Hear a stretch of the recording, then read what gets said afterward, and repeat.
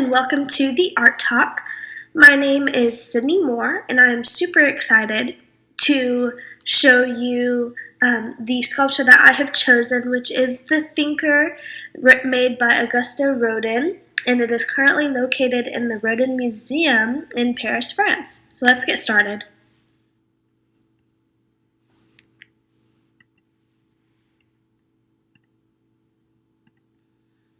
So the reason that I chose the Thinker is honestly because I looked up a lot of different sculptures.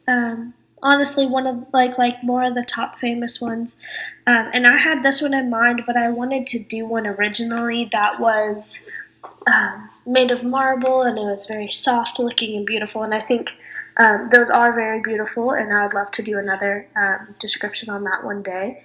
But overall, the Thinker was just really awesome. It was unique simply because it was made of bronze. A lot of them aren't made of bronze. I mean, there are a good handful of them, but for something to be so vulnerable and for a sculpture to kind of portray a level of philosophy and thinking, I found very intriguing. So when I was looking at it, I thought it was cool to see truly the details made out of bronze, and on top of that, the way it expressed such an emotion, when usually I'm not an emotional person when it comes to sculptures or art.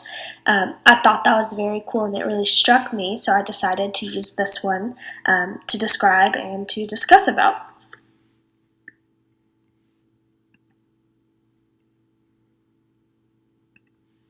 So the Thinker, which was actually originally called the Poet, was came from an origin that actually started from Auguste Rodin's kind of like commission, like I don't know how to describe it. It's more of like a collection. Yes, the word collection of sculptures he had made that was called the Gates of Hell, and originally called the Poet, which is now the Thinker, was a part of that.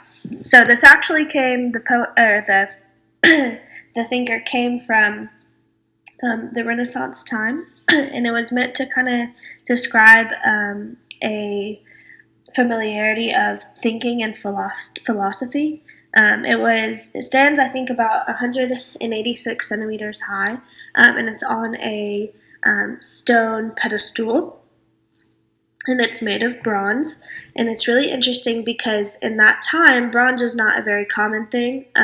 Which this was in 1904 that it appeared, but he made it in the 1880s. And this was one of kind of the first bronze types of creations in this time.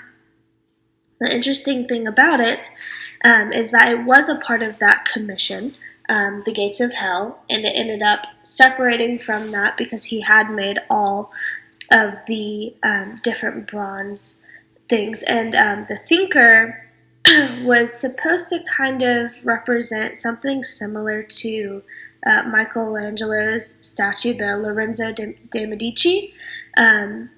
But it ended up kind of being similar to that, but different in its own way, simply because it was made out of bronze. And like I said, it is a nude male figure, right?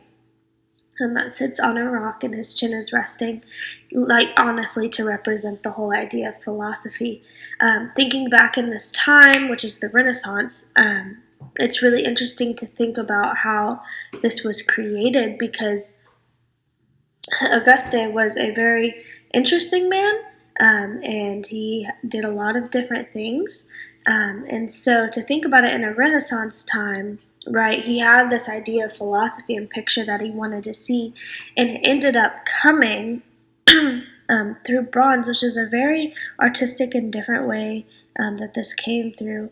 And I just always found that interesting because if it was something that was new, but also in the Renaissance era, which was just filled with a lot of thinking, to be honest, it made sense to create this statue and the sculpture that stood for something like philosophy.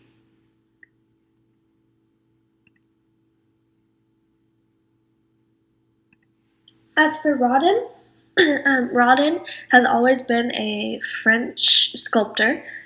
He originally started with clay, and then he kind of moved into marbles and bronzes and a lot of other different materials. As we all know, his most famous piece is the Thinker, which I chose. One of his most other famous pieces is the Kiss, which is actually made out of marble. So when I was kind of doing a little bit of research on him, I found that he just is a man of many talents.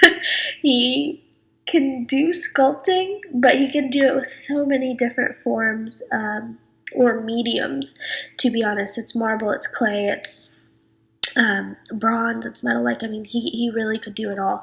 And so I always found that very interesting. So looking at the Thinker, I find it's interesting because if we're talking about, this human body sculpture, which is a very unique thing to do, he really did a great job at kind of making it a sculpture in the round kind of thing. As we know, in the Rodin Museum, it really is the center of this kind of garden-esque area, which would make a lot of sense for a sculpture like this, which is the human body. You want it to be the center, and you want it to have this space in the shadow that creates a deeper thinking within it. Even more so, you see there are a lot of things about it with the detail within it, that it is just an original, but he went for a new modern approach, and it's very interesting to that because he was a unique guy and he wanted to do different things, and especially since he started it all with the Gates of Hell, which was his biggest thing to be commissioned. He did a lot of different things within that. So the Thinker was actually supposed to be a man outside of the Gates of Hell, kind of looking down, which was a kind of portal. So looking at the Thinker and thinking about that historical context and what it was kind of meant for, you find that there's a deeper understanding of what the Thinker was meant to do. He was more than just a thinker. He was kind of like looking and understanding, and yes, in deep thought. And seeing these different kind of like the fact that it was made out of bronze alone was really awesome, because bronze is kind of interesting to work with. And you can see that many other bronze sculptures in life have always come out to be very, very beautiful. And as we all know, the other bronze sculpture that's very famous here in the United States, which is the Lady of Liberty, it actually oxidizes over time and ends up becoming green. So given that this was released, the Thinker was released in 1904, it's easy to see that it's oxidized, but the beauty and the historical context and everything behind it has not left. And I think it's really awesome to see that. So thank you so much for listening, and I hope you enjoyed the Thinker.